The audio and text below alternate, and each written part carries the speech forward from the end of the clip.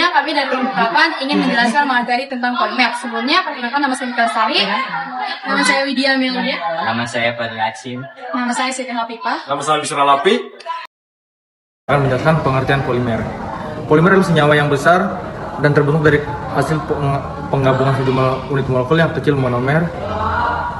Polimer juga disebut sebagai senyawa makromolekul, yaitu molekul raksasa dengan rantai yang sangat panjang dan terbentuk dari gabungan molekul sederhana.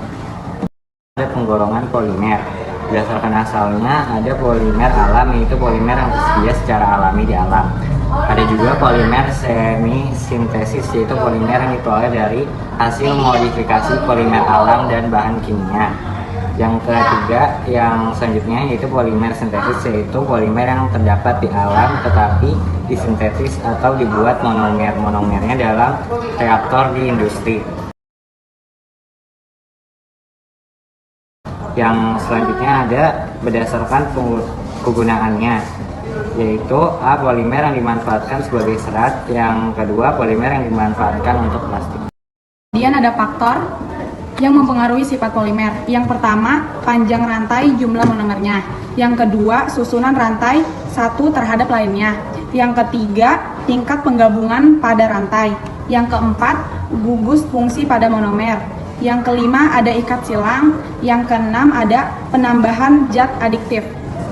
Ada polimer dibagi menjadi dua, yaitu polimer adisi dan polimer kondensasi. Polimer adisi yaitu reaksi pembentukan polimer dari monomer-monomer yang berikatan rangkap menjadi ikatan tunggal. Ciri khas dari polimer tersebut yaitu monomernya termasuk senyawa alkena dan senyawa polimernya juga merupakan polialkena.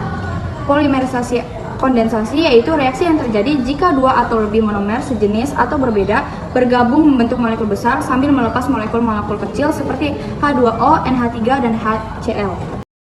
Itu ada kegunaan polimer. Yang pertama, polietilena, plastik, pembungkus makanan, jas hujan, peralatan dapur, serta pelapis perawat dan kabel. Kedua, ada polipropilena, karung, tali, dan botol minuman. Yang ketiga, teflon, pelapis dasar setrika, pelapis penggorengan anti lengket, pelapis panci, dan lain sebagainya. Keempat, ada polivinil klorida, pipa selang keras, lapisan lantai, dan piringan hitam.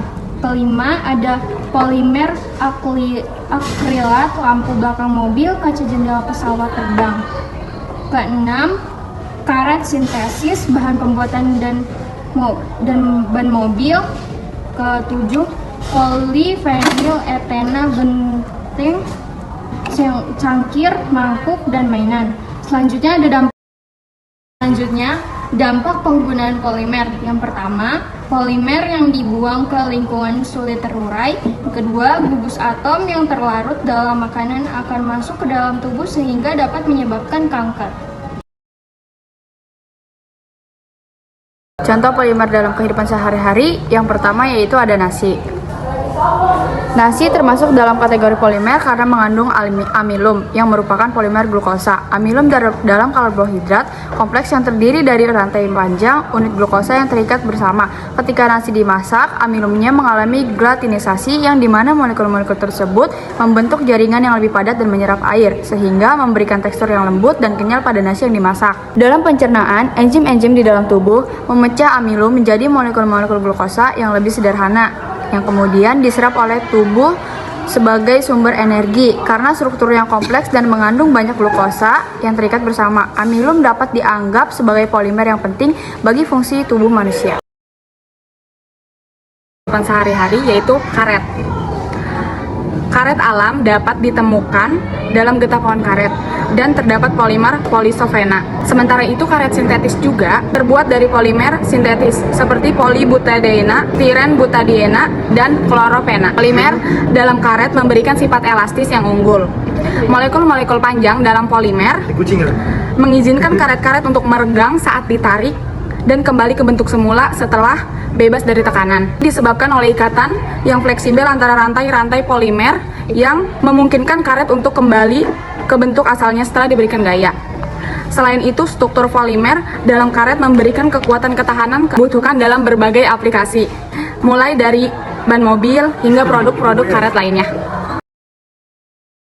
Selanjutnya adalah lem kertas. Polimer sintetis yang digunakan dalam lem kertas adalah polivinil asetat.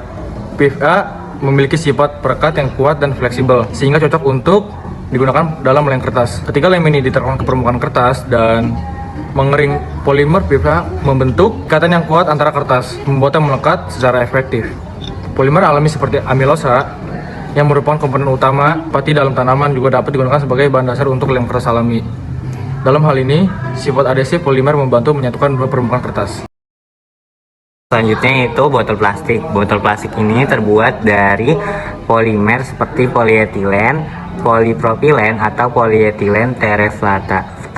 Polietilen adalah polimer yang fleksibel dan tahan terhadap korosi, sehingga sering digunakan untuk botol-botol yang dirancang untuk penggunaan sekali pakai atau penggunaan jangka pendek. Polipropilen juga memiliki sifat yang serupa dan digunakan untuk botol-botol yang lebih kuat dan tahan terhadap suhu tinggi. Sedangkan polietilen tereftalat memiliki sifat yang cocok untuk menyimpan cairan seperti air minum, sehingga sering digunakan untuk botol-botol minuman. Proses pembuatan botol plastik melibatkan peleburan polimer dalam bentuk plastik yang cair yang kemudian dimodelkan menjadi bentuk botol dengan menggunakan cetakan. Setelah itu, botol-botol tersebut diisi dengan produk yang sesuai dan ditutup rapat untuk menjaga kebersihan dan kualitas produk di dalamnya. Contoh polimer dalam kehidupan sehari-hari, selanjutnya ada protein telur. Telur termasuk dalam kategori polimer karena mengandung protein. Protein adalah molekul yang terdiri dari rantai panjang asam amino yang terikat bersama ketika telur dimasak. Protein-protein dalam putih telur dan kuning telur mengalami denaturasi, di mana struktur mereka berubah tetapi masih mempertahankan urutan asam amino yang sama. Protein dalam telur penting bagi tubuh manusia karena berperan dalam berbagai fungsi biologis, seperti membangun dan memperbaiki jaringan tubuh, membantu dalam pembentukan otot, menyokong sistem kekebalan tubuh, serta berperan dalam berbagai proses biokimia dalam tubuh. Jadi, karena protein dalam telur terdiri dari rantai panjang asam amino yang membentuk polimer, telur dapat dianggap sebagai makanan yang mengandung polimer penting bagi kesehatan dan fungsi bagi manusia. Sekian materi penjabaran tentang polimer oleh kelompok 8. Kurang lebihnya mohon maaf. Wassalamualaikum warahmatullahi wabarakatuh.